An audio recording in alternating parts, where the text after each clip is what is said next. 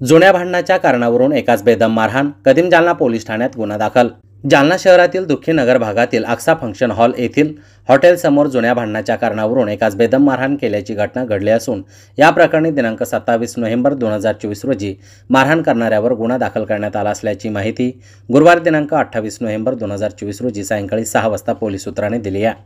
या प्रकरणी समीर खान जुम्मा खान राहणार रोहिला गल्ली जुना जालना यांनी दिलेल्या फिर्यादीत म्हटलंय की त्यांच्या नात्यातील गुलाम साजेद सिद्दीकी, गुलाम गौस सिद्दीकी, गुलाम शकील सिद्दीकी, अब्दुल्ला गौस सिद्दीकी आणि जमा खान जुम्मा खान यांच्यासोबत कौटुंबिक वाद होता।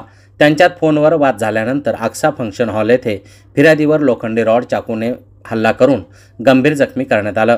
दरम्यान त्यांना सोडविण्यासाठी आलेल्या अन्य एकालाही मारहाण केल्याचं फिर्यादीत म्हटलंय। यातील जखमी फिर्यादीवर खासगी रुग्णालयात उपचार करण्यात आलेत। या प्रकरणी कदीम जालना पोलीस ठाण्यात दिलेल्या फिर्यादीवरून मारहाण करणाऱ्यावर गुन्हा दाखल करण्यात आलाय।